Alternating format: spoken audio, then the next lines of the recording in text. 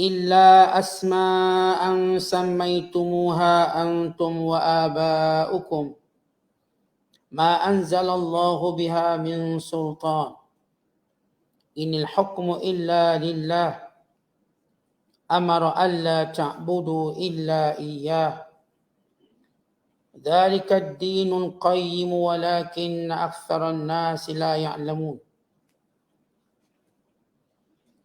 يا صاحبي السجن أما أحدكما فيسقي ربه خمرا وأما الآخر فيسلب فتأكل الطير من رأسه قضي الأمر الذي فيه تستفتيان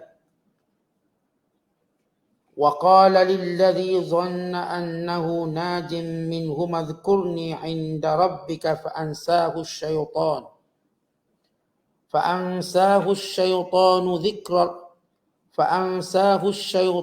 ذكر ربه فلبث في السجن بضع سنين صدق الله العظيم. Dan masuklah bersama-samanya ke penjara dua orang khadam raja. Salah seorang di antaranya bertanya kepada Yusuf dengan berkata, sesungguhnya aku bermimpi melihat diriku memerah anggur. Dan berkata pula yang seorang lagi, sesungguhnya aku bermimpi melihat diriku menjunjung roti atas kepalaku, yang sebahagiannya dimakan oleh burung. Kemudian keduanya berkata, terangkanlah kepada kami akan takbirnya. Sesungguhnya kami memandangmu dari orang-orang yang berbuat kebaikan untuk umum.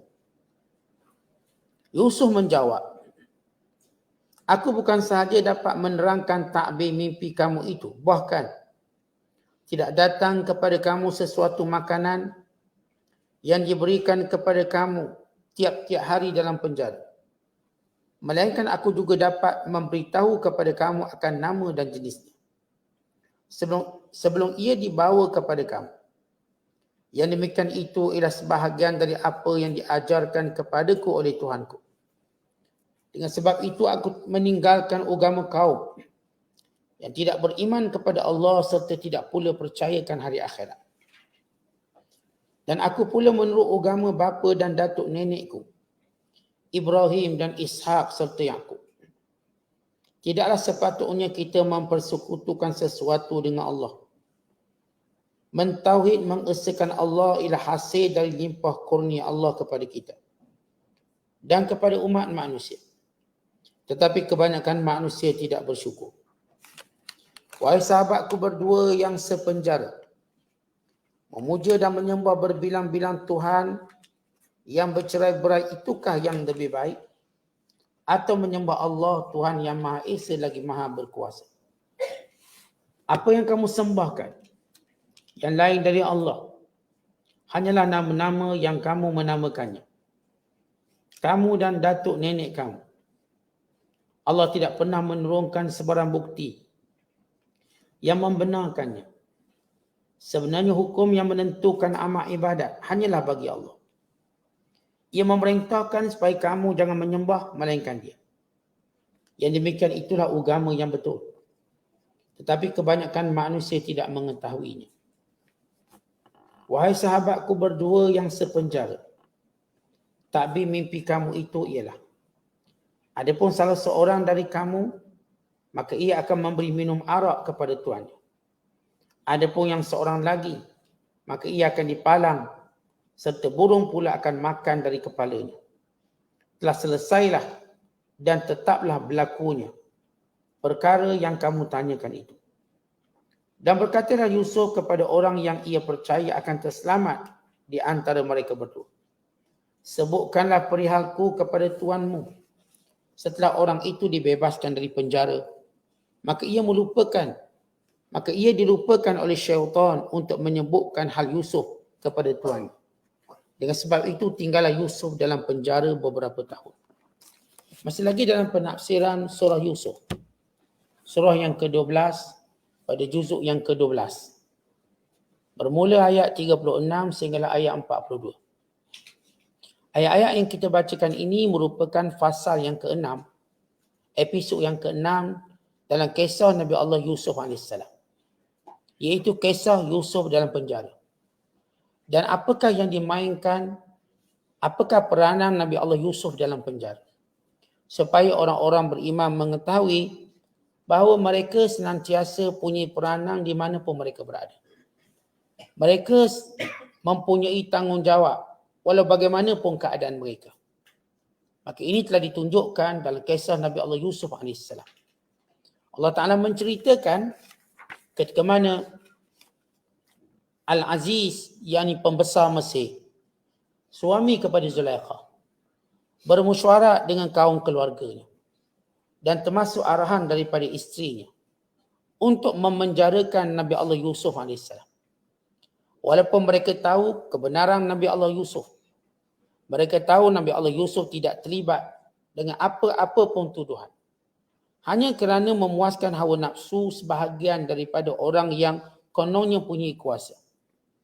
Lalu mereka bermusyawarah untuk memenjarakan Nabi Allah Yusuf AS.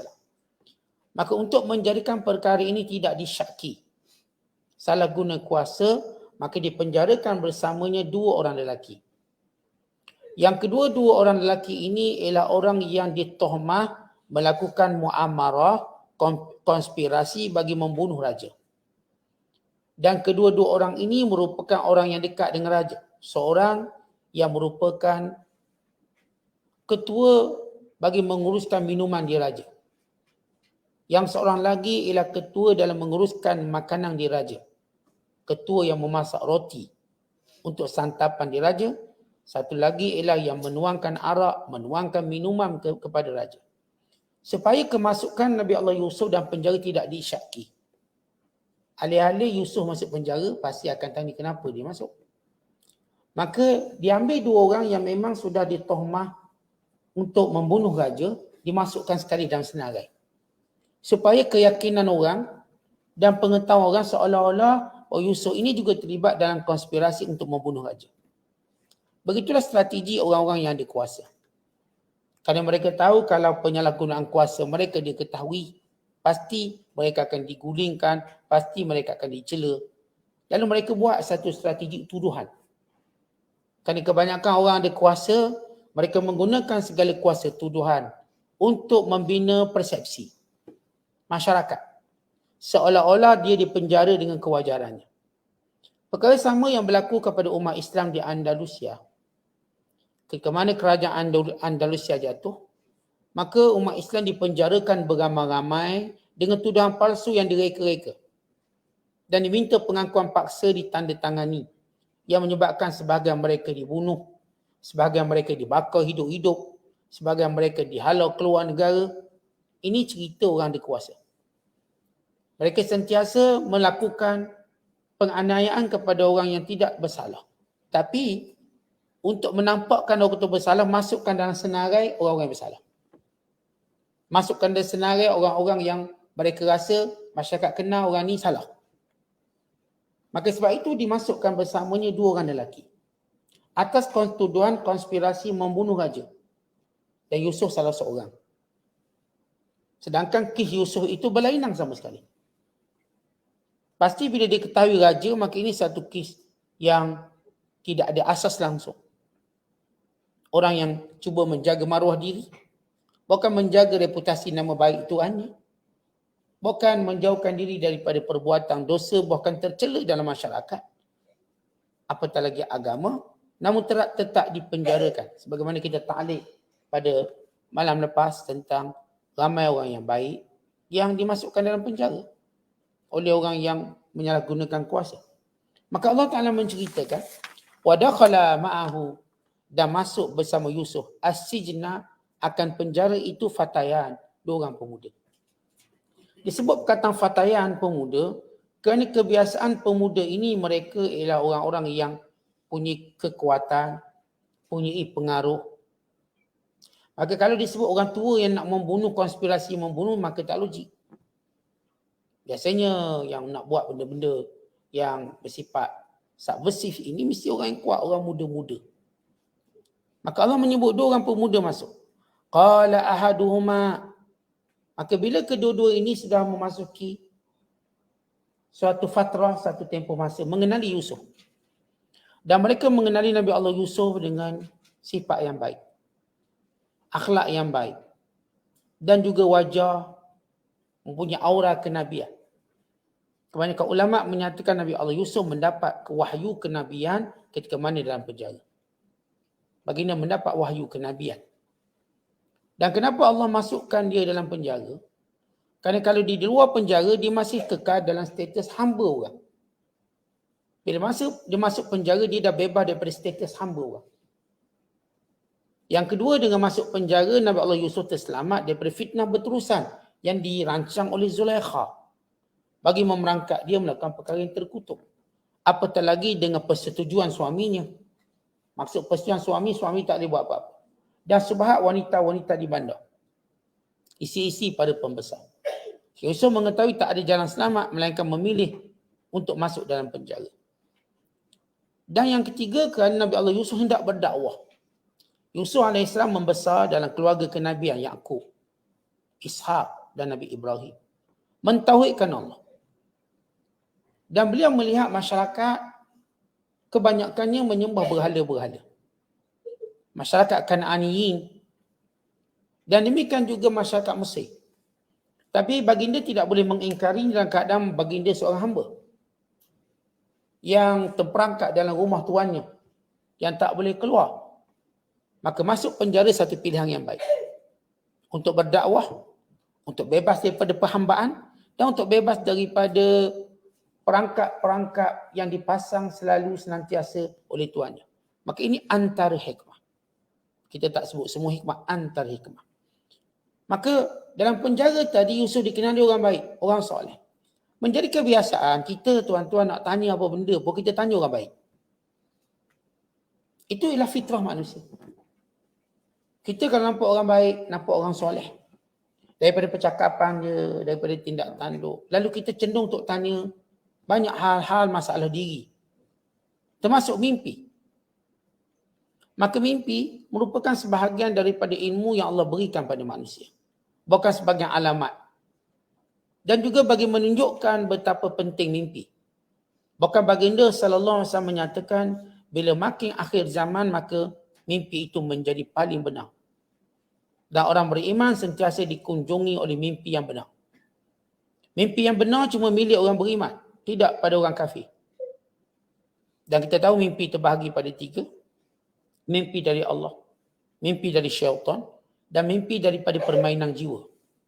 Maksud permainan jiwa, kalau seorang tu teringatkan sesuatu, fikirkan sesuatu, terlalu berat sesuatu, maka dia akan bawa kepada mimpinya. Dan kebiasaannya mimpi ini diikuti dengan mengigau. Saya kalau kita tengok tu ngigau-ngigau itu mimpi tak boleh tak habis. Dia ngigau. Maka dia pun sebutlah benda-benda. Maka ini mainan sebab itu dipanggil hadisun nafs. Sesuatu yang dipikir, yang selalu diingatkan, maka terkeluar dalam percakapan. Itu ngigau. Kalau orang tu tuan-tuan jenis yang boleh mengawal emosi dia, dia memang tak mengigau. Dia tenang. Ini kita tak pernah dengar dia ngigau. Tapi orang yang terlalu beremosi, dia mungkin mengigau. Maka dia akan sebut banyak perkara, banyak benda. Daripada keresahan dirinya, kebimbangannya, pengharapannya dan sebagainya. Dan pada Nabi SAW tak pernah mengigau. Sebab ngigau ni gangguan syaitan dan gangguan diri. Nabi-Nabi dia tak ngigau. Nabi-Nabi mendapat mimpi yang benar bersifat wahyu automatik. Manakala orang beriman, ia adalah satu juzuk daripada wahyu. Itu 1/46 daripada wahyu. Ada riwayat menyebut ia lebih daripada itu. Tapi dia adalah juzuk daripada wahyu. Maka kedua pemuda ini bermimpi. Melihat satu mimpi yang diingati. Kerana para ulama menyatakan antara ciri-ciri takbir mimpi yang boleh, antara ciri-ciri mimpi yang boleh takbir mimpi itu kuat. Artinya kita tengok macam kita tengok sesuatu yang zahir. Macam tuan-tuan tengok cawan, tengok gelas macam tu. Kita bukan kejap tengok ni, kejap tengok tu. Mula-mula tengok ada kat bukit, lepas tu dalam sungai dah. Itu bukan. Dia satu mimpi yang konsisten. Dan bila kita bangun, kita akan ingat. Dan setengah ulama kata, Kalau orang tu mimpi benar, lepas dia mimpi dia terjaga. Sebab dia nampak tu macam real, sehingga dia macam terkejut. Lalu dia terbangun. Sebagaimana disebut dalam hadis yang banyak. Cerita-cerita tentang mimpi. Bila mimpi itu benar-benar yang ditakbir, waktu kita mimpi kita terus terkejut. Terus macam bangun. Tengok jam 3 pagi, 4 pagi. Tengok sekian. Itu antara ciri mimpi yang ditakbir. Mimpi itu kerana kuat benar dia, menjadikan orang yang bermimpi terkejut, bangun. Terus tersedar. Tu hilang ngantuk dia. Kan dia melihat sesuatu. Wa ima kita katakan alamat-alamat ataupun perkara-perkara yang menggembirakan. Maka dua lelaki ni bila dia bermimpi, mereka tengok Yusuf ni baik. Dan mereka berkata, "Inni arani a'siru khamra." Aku melihat diriku dalam mimpi memerah anggur. Aku perah anggur. Ambil anggur, perah. Maka Yusuf bertanya kepadanya, anggur lagi. Kalau kamu perah tu anggur yang baik, artinya keadaan kamu lebih baik. Anggur, grade anggur tadi. Wa qala al-akharu, dan berkata seorang lagi, "Inni arani," aku melihat diriku, "ahmilu fawqa ra'si khubzan." Aku junjung roti, bawa roti atas kepalaku. Ta'kulu tayru min, tiba-tiba datang burung. Burung elang datang, burung ereng datang. Maka memakan roti tadi, menyambur roti daripada kepalaku. Nabi'na bi ta'wilih. Ceritakan kepada kami akan takwil mimpi. Inna naraka minal muhsinin. Kami melihat kamu di kalangan orang baik. Ini menunjukkan mimpi itu ditakbir oleh orang baik. Mimpi ni tuan-tuan kita tak boleh bagi gangster tolong takbir. Lagi baik dia, lagi benar dia dengan Allah, lagi kuat takbir dia. Sebagaimana Nabi SAW pernah menyebut bahawa orang yang paling benar mimpinya, yang paling benar perkataannya. Orang yang suka cakap benar, cakap lurus, orang ni mimpi dia betul. Dan demikian juga orang yang benar keadaan hidupnya. Jaga ibadat, jaga solat, jaga zikir, jaga baca Quran. Ini golongan muhsinin yang layak mentakbir mimpi. Maka bila kedua lelaki ini berkata, kami melihat kamu di kalangan orang yang baik. Lalu Nabi Yusuf AS mengiyakan bahawa memang Allah beri dia kepandaian dia mentadbir mimpi. Bukan sekadar mentadbir mimpi, kata Nabi Allah Yusuf, aku tahu makanan apa yang akan dihantar kepada kamu setiap hari. Kejap lagi kita akan makan sekian-sekian. Kejap lagi kita akan makan sekian-sekian. Ini bagi menambahkan keyakinan orang tanya tadi.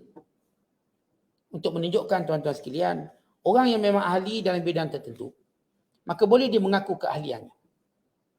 Dan dia membuktikan keahliannya. Untuk menambahkan keyakinan. Ini bukan dalam persoalan riak atau sebagainya. Tapi kadang-kadang ada orang dikena-kena ahlinya. Terutama pada zaman semua orang mengaku bijak, mengaku pandai. Pada zaman kalau kita sebut tawaduk, saya tak pandai, maka orang ni tanya orang mengaku pandai. Pada zaman tawaduk yang mula kita nampak nilainya rendah. Maksudnya dulu kalau tawaduk ni maka kita kenal orang tu betul baik. Orang tu betul-betul pandai. Tapi hari ni bila seorang cuba merendah diri, maka datang orang fasik mengambil kesempatan untuk mengatakan dia pandai. Maka ketika itulah orang-orang yang memang ahlinya perlu membuktikan keahliannya. Untuk mengelakkan golongan fasik mengambil tempat itu. Memanipulasikan daripada sikap setengah orang nampak kerana tawaduk yang mungkin sebahagiannya nampak macam merugikan. Kalau dia ambil tempat oleh orang jahil, mereka kata mereka lebih pandai, lebih bijak. Maka ini perlu dilihat kembali. Ini Nabi Yusuf. Nabi Yusuf kata, qala, dia berkata, la ya'tikuma ta'amun, tidak akan datang kepada kamu makanan, turzaqanihi, yang kamu akan diberi makan dengannya dalam penjara ini, illa nabba'tukuma, melainkan aku akan cerita makanan tu jenis apa. Sebagaimana aku akan menceritakan mimpi itu sebelum datang makanan tersebut. Artinya nak tambah keyakinan, nanti makanan akan sampai sekian-sekian. Lepas makanan tu sampai, aku akan takbir. Jadi bila dua orang yang di penjara bersama Yusuf, tiba-tiba datang makanan macam Nabi Allah Yusuf beritahu. Dan Yusuf AS berkata, aku akan beritahu takbir selepas makanan itu datang, mengikut apa yang aku beritahu pada kamu. Maka bila makanan itu datang, betul. Maka ini menjadikan apa yang ditakbir, yang akan ditakbir itu diyakini oleh keduanya. Menunjukkan di antara kemuliaan ataupun kelebihan ahli takbir ini. Kemudian kata Allah, melalui bicara Nabi Yusuf, "Zalikuma mimma 'allamani Rabbi." Kedua-duanya itu, aku boleh beritahu makanan kamu, aku boleh beritahu makna mimpi kamu, itu semua diajar oleh Tuhan. Menunjukkan Nabi Allah Yusuf mendapat wahyu dalam penjara. Menjadi rasul dalam penjara. Pada waktu baginda dibuang dalam perigi, beliau cuma mendapat ilham, mukaddimah kepada kerasulan. Waktu beliau berada dalam godaan Zulaikha, beliau telah melihat tanda-tanda kenabian sehingga Allah pelihara dia daripada zina. Dan waktu mana beliau baginda berada dalam penjara, baginda berkata, "Dzalikuma mimma 'allamani Rabbi." Ini yang Allah ajar aku. Maka maksud Allah ajar, Allah wahyukan pada aku. Dan para Nabi, mereka belajar dari Allah. Mereka tak belajar dari orang. Yang belajar dari Allah itu disebut wahyu.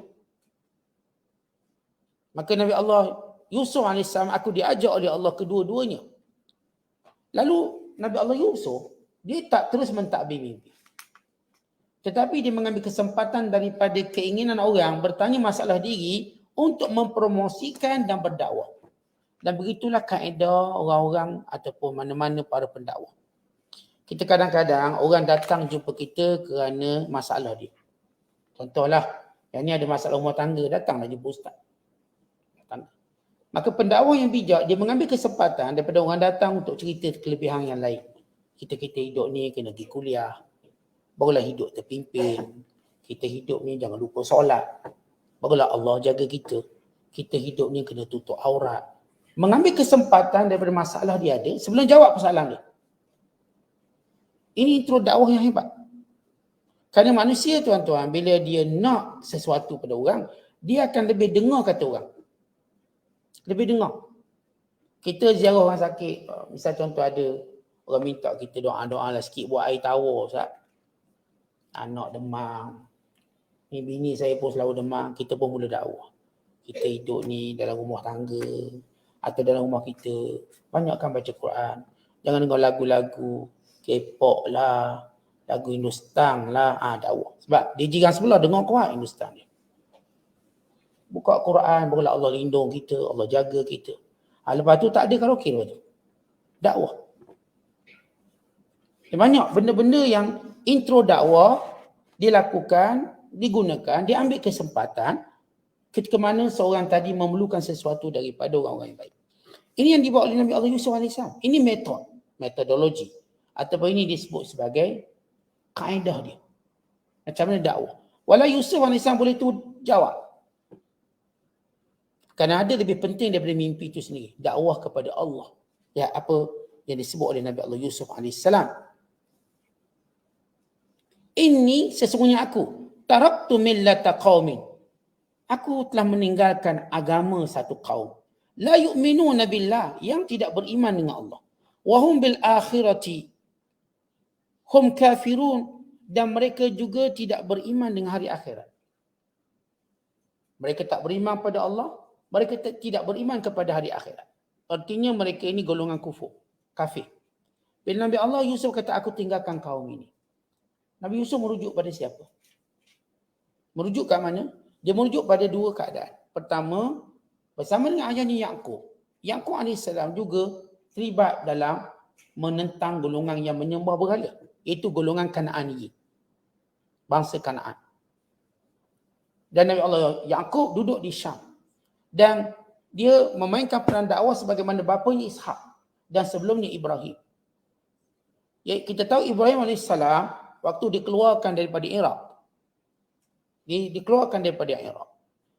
Nabi Allah Ibrahim hanya beberapa kerak yang beriman. Nabi Allah Ibrahim, Sarah, Lut. Kemudian daripada Sarah melahirkan Ishak. Namun perjuangan Ibrahim membebaskan manusia dari syirik berterusan. Kerana kaum ini tidak meninggalkan syirik, bahkan menghalau Ibrahim keluar. Maka kaum ini terus mengamalkan syirik. Dan Nabi-Nabi ini terus mempertahankan tauhid dalam rumah tangga mereka. Di samping menyuruh pada manusia. Sebab itu kata Nabi Allah Yusuf AS, inni taraktu millata qaumin, aku tinggalkan kaum yang mereka tak beriman pada Allah, demikian juga tidak beriman pada hari akhirat. Wattaba'tu, aku ikut dan tak beriman dengan meninggalkan kaum yang tak beriman pada Allah dan hari akhirat. Apa agamamu? Maka kata Nabi Allah Yusuf, wattaba'tu millata abai, aku ikut agama yang dipegang oleh ayahku Ibrahim wa Ishaq wa Yaqub. Kenapa disebut Ibrahim dahulu? Kerana kemuliaan Nabi Allah Ibrahim. Dan kenapa disebut Ibrahim? Kerana Ibrahim tribulasinya lebih teruk daripada Nabi yang lain. Dan kenapa disebut Ibrahim? Kerana ia adalah bapa kepada keturunan Nabi. Kerana Nabi, gelarang bagi Nabi Ibrahim ialah Abul Anbiya, bapa kepada sekalian Nabi-Nabi. Sebab daripada Ibrahim lahirnya Ishaq. Daripada Ishaq lahirlah Nabi-Nabi Bani Israel. Bermula pada Yaqub. Tahu sebut Bani Israel anak-anak Yaqub.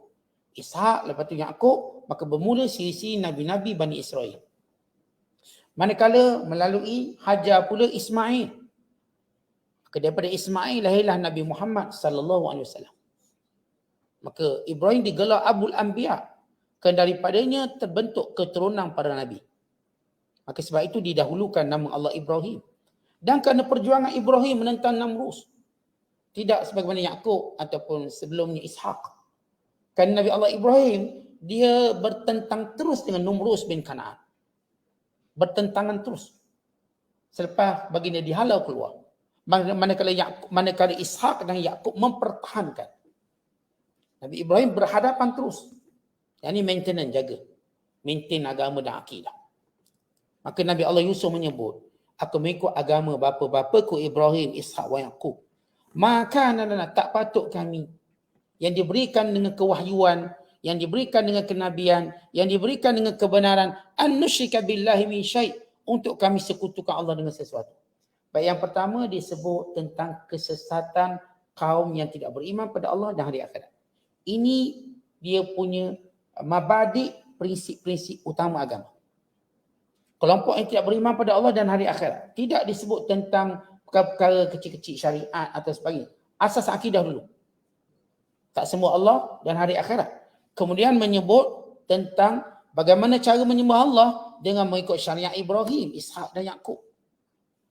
Kemudian menyebut bahawa tak patut orang dengan segala nikmat Allah beri untuk mensyirikkan Allah. Kemudian Nabi Allah Yusuf berkata,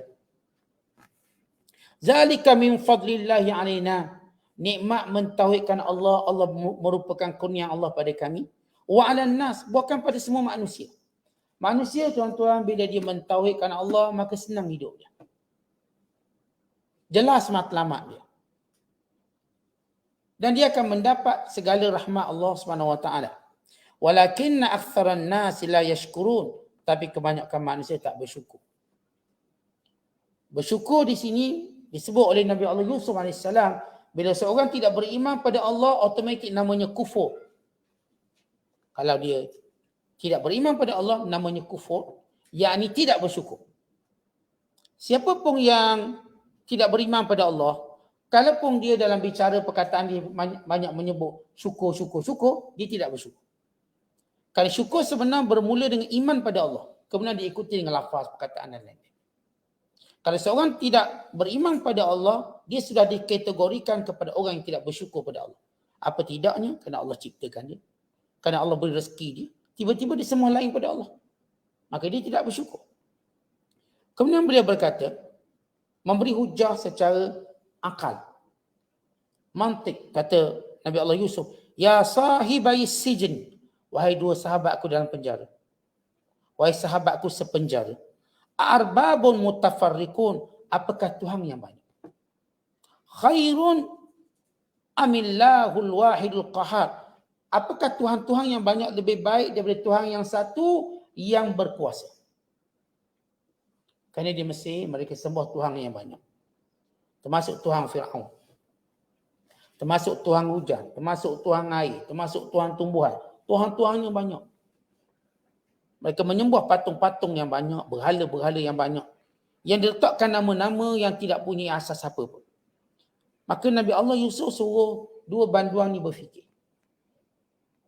Nabi Yusuf nak beritahu, kebebasan daripada syirik lebih utama daripada kebebasan daripada penjara. Tak ada pula Nabi Yusuf merancang macam mana cara kita nak bebas. Tetapi Nabi Allah Yusuf tahu membebaskan manusia daripada syirik itulah keutamaan kita. Kadang-kadang kita fikir saya nak bebas. Bebas apa kak?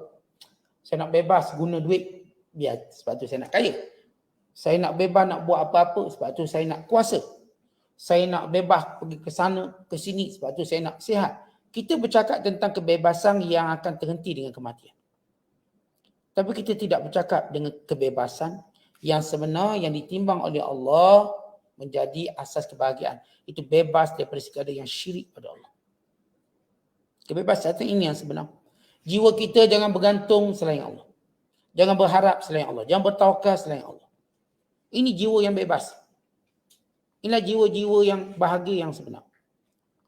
Lalu kata Nabi Allah Yusuf lagi, ma ta'buduna min duni, yang kamu sembah selain Allah, illa asma'an, cuma nama-nama, samaitumuha, kamu menamakannya, antum wa aba'ukum, kamu dan keturunan kamu, ma anzalallahu biha min sultan, Allah tak pernah pun sebut nama tu. Yang patung tu nama ni, nama tu, daripada mana nama tu? Tetapi bila kita tanya penyembah berhala, Pak ini patung nama apa, dia pun sebut nama Tuhan. Daripada mana nama ni? Siapa yang menamakannya? Soalan siapa yang menamakan? Apakah mereka ada kitab wahyu? Disebut dalam wahyu. Apakah benar wahyunya tentang nama-nama tersebut? Kata Allah melalui lidah Nabi Allah Yusuf, nama-nama ni kamu letak dan tok nenek kamu letak. Dengan kata lain, ini agama keturunan bukan agama kebenaran. Mengikut kebenaran, mengikut keturunan yang salah. Inil hukmu illa lillah. Sebenar-benar hukum itu, sebenar-benar kuasa itu, sebenar-benar manfaat dan mudarat itu, sebenar-benar yang patut disembah, sebenar-benar yang menentukan segala-galanya ialah Allah Subhanahu Wa Taala. Dialah raja, dialah yang berkuasa, dialah yang memiliki, dialah yang menentukan. Ia adalah Allah. Amara alla ta'budu illa iyyah. Dan Allah ini perkara pertama ini perintah jangan menyembah melainkan Dia. Zalikad dinul qayyim, itulah agama yang lurus. Walakin aktsarun nas la ya'lamun, tapi kebanyakan manusia tidak mengetahui. Baik, kalau kita lihat ayat ini, bagaimana Nabi Allah Yusuf AS mengambil kesempatan daripada keinginan kedua pemuda yang bermimpi dengan satu mimpi yang aneh dalam hidup mereka. Sebelum Nabi Allah Yusuf mentadbir mimpi tadi, Yusuf AS mengambil kesempatan berdakwah. Dan ini sekaligus membuktikan apa yang kita katakan bahawa Nabi Allah Yusuf mendapat kenabian dalam penjara. Kerana bermula dakwah Nabi Yusuf dalam penjara. Kerana para Nabi, bila mana mereka mendapat wahyu dan menjadi Nabi, mereka akan mulakan dakwah tanpa teragak-agak dan menunggu. Sebab benda ni Nabi Allah Yusuf tak kata kepada Zulaikha atau kepada tuannya waktu dia baginda menjadi hamba dalam rumah tersebut. Kerana ketika itu Nabi Allah Yusuf masih muda dan belum mendapat kenabiannya. Belum sampai kematangannya. Sehinggalah sampai di mana mereka buat karam memenjarakan Nabi Allah Yusuf dalam tempoh 7 tahun. Tersebut semalam 5 atau 7 tahun. Tempoh pemenjaraan dan tempoh ini terus berjalan. Sebagaimana juga tempoh pemenjaraan dua orang lelaki ini. Sehinggalah satu hari lelaki ini, kerana proses ini Allah datangkan ayat terus dua ni bertanya tentang mimpi. Kenapa? Kerana mereka kebiasaan orang duduk dalam penjara, mereka mengenali dengan sifat dan watak, akhirnya mereka mula berdampingan. Sebab mula-mula masuk penjara, keinginan berkawan tu tak mungkin ada kerana masing-masing kesal, masing-masing sedih dengan apa yang berlaku. Tapi lama-kelamaan, kebiasaan mereka duduk dalam penjara menjadikan mereka mula untuk berkawan, bersahabat. Mula melihat orang ni siapa. Maka dikenali Yusuf orang baik. Dan Yusuf AS menjadikan penjara tempat untuk dia berdakwah. Apakah Nabi Allah Yusuf hanya berdakwah pada dua orang ni je?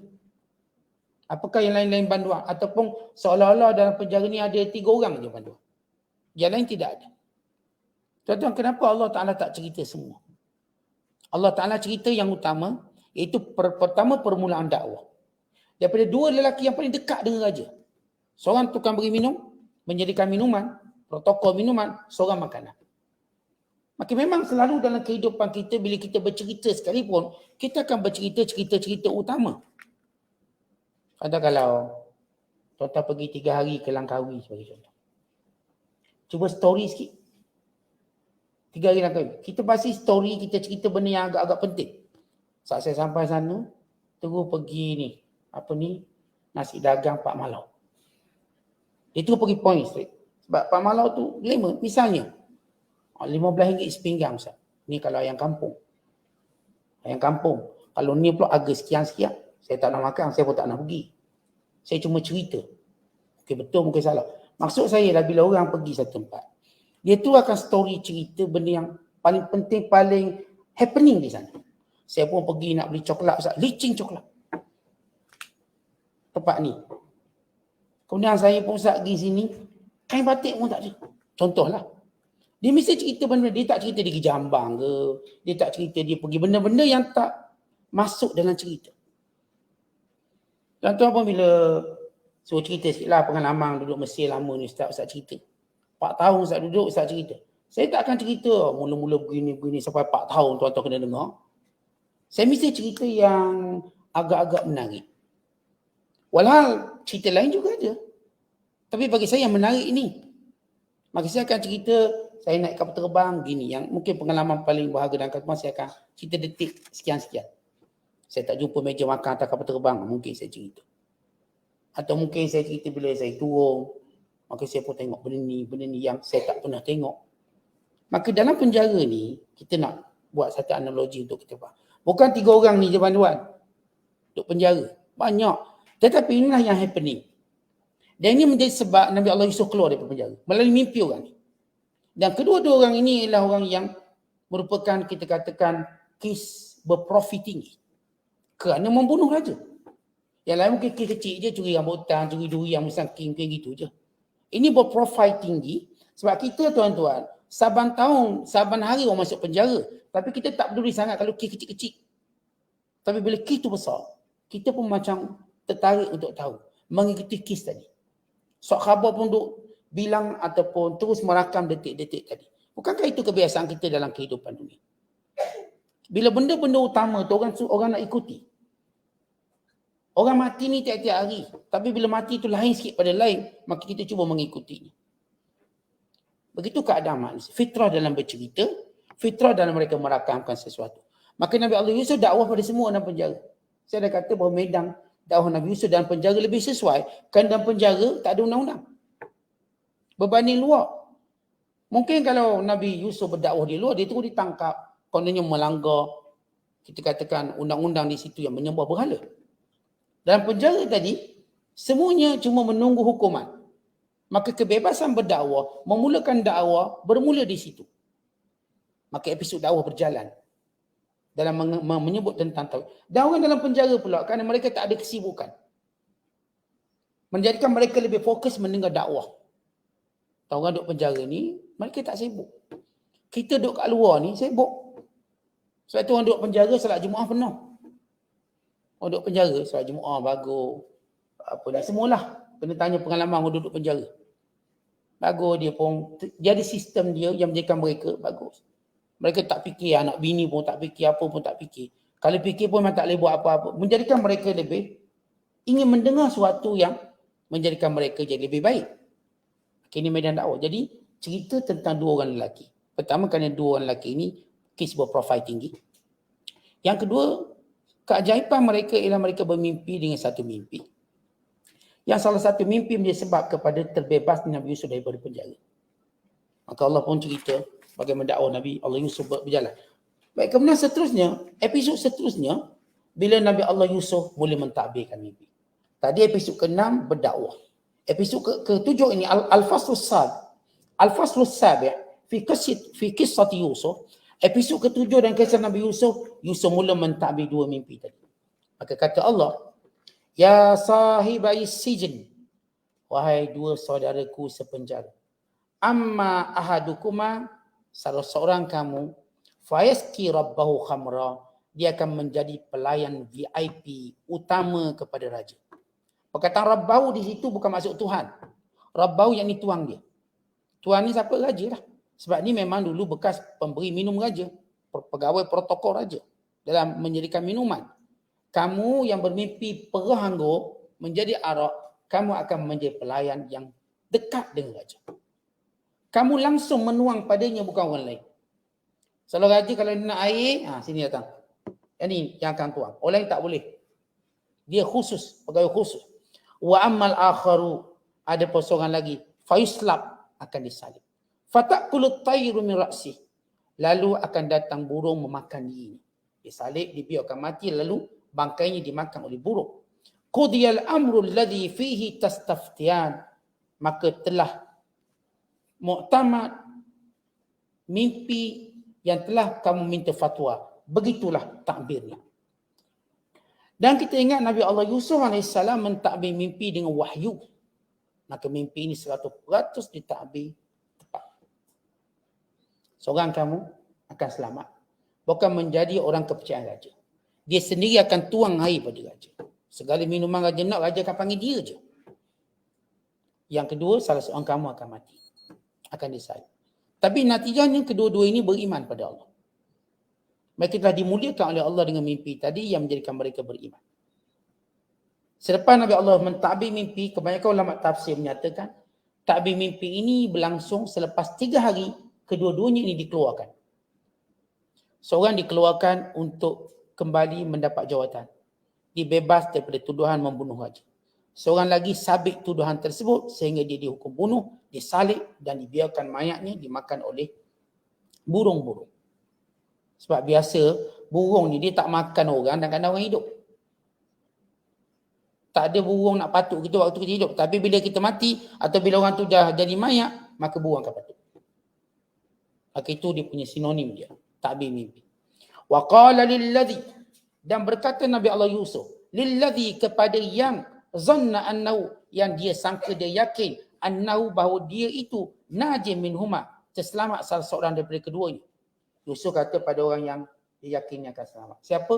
Yang akan menjadi VVIP raja, menuang air untuk raja. Udhkurni, ingat, sebut tentang aku. Inda rabbika, di sisi Tuhan. Rabbik ini sama macam Rabbu, bukan maksud Tuhan, tapi Tuan. Apa itu Tuhan? Raja. Perkataan Rabbun. Kita kalau Tuhan kita panggil Rabbul Alamin. Baru dipanggil Tuhan.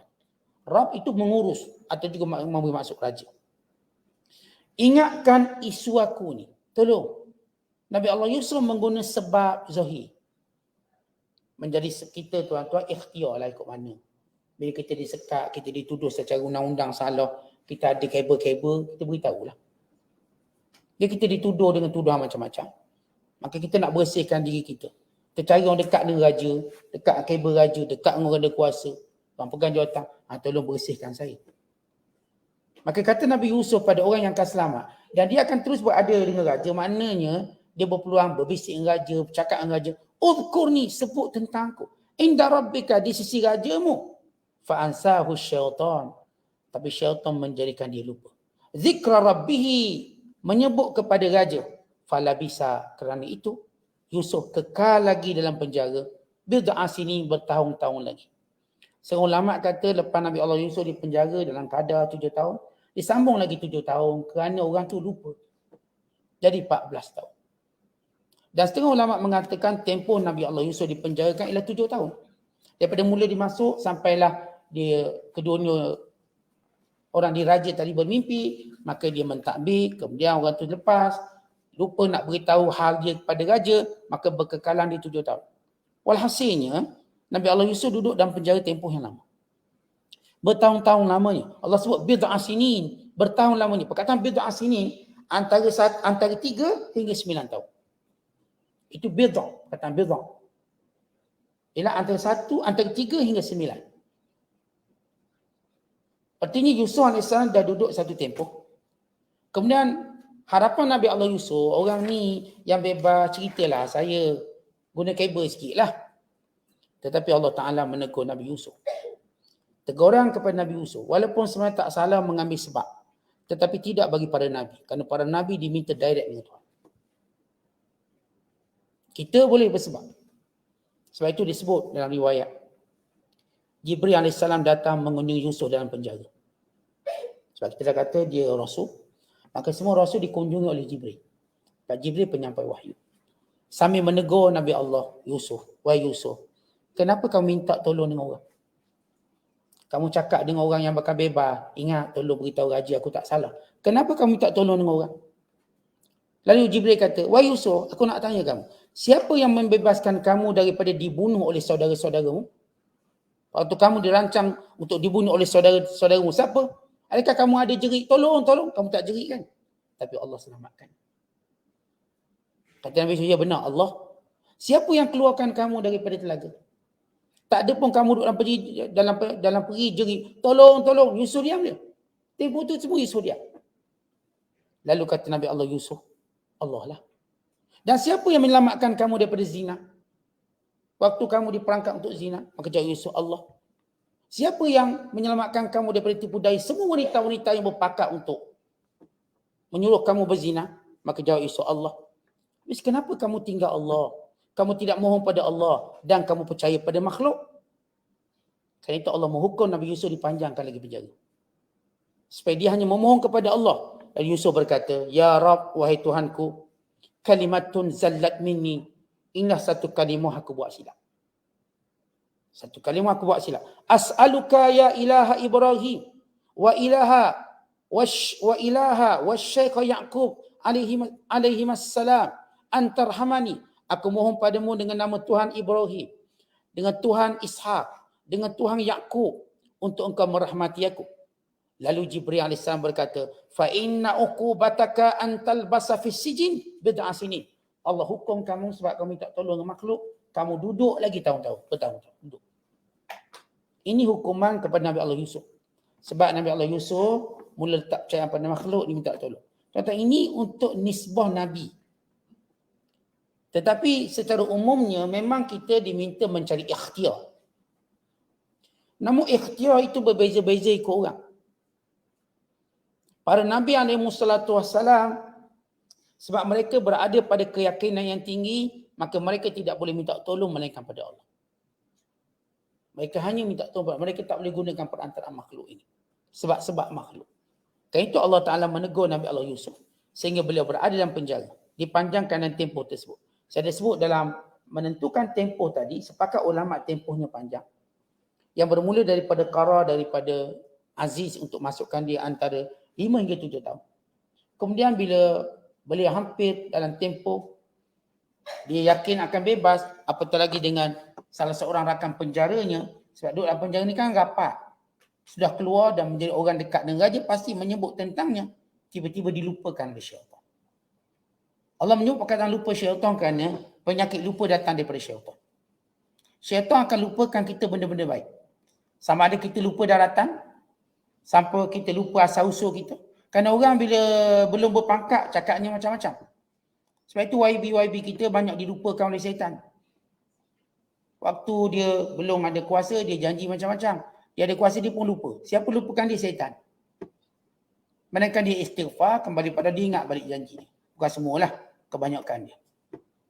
Jadi bila kita pun sama. Bila kita lupa sesuatu, kita dah mengaji lama agama, lupa. Syaitan. Syaitan yang lupakan kita. Kita lupa semayang, syaitan. Lupa berzakat, syaitan. Lupa nak buat baik, syaitan. Ini semua perangai syaitan. Bahkan kadang-kadang kita lupa kenang jasa baik orang. Pun syaitan. Orang ni pernah buat baik pada kita, kita lupa. Syaitan melupakan. Sebab itu kita cepat berbalah dengan orang.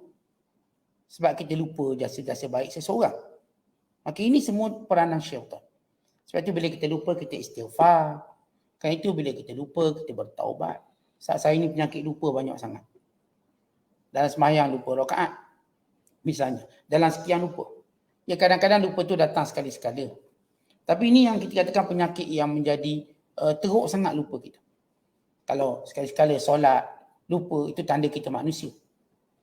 Tapi kalau lupa selalu, itu tanda cuai. Itu bagaimana syaitan dengan mudah masuk. Melupakan kita banyak perkara. Maka di sini Allah Ta'ala tegur Nabi Allah Yusuf AS. Kenapa kamu minta tolong makhluk? Atau kamu minta tolong dengan aku direct, dengan Allah. Sebab itu dipanjangkan. Dan selepas itu Yusuf tak minta lagi tolong orang untuk keluarkan dia. Dan dia menunggu satu tempoh. Sebab ia penting. Kerana kalau Nabi Allah Yusuf keluar waktu itu, Tak ada keajaiban dia. Kerana baginda akan keluar ketika mana raja bermimpi. Keluar untuk mentadbir mimpi raja secara direct. Kalau baginda keluar waktu itu, katakan yang menjadi pegawai raja, BBIP beritahu, kemudian beliau keluar, habis gitu dia.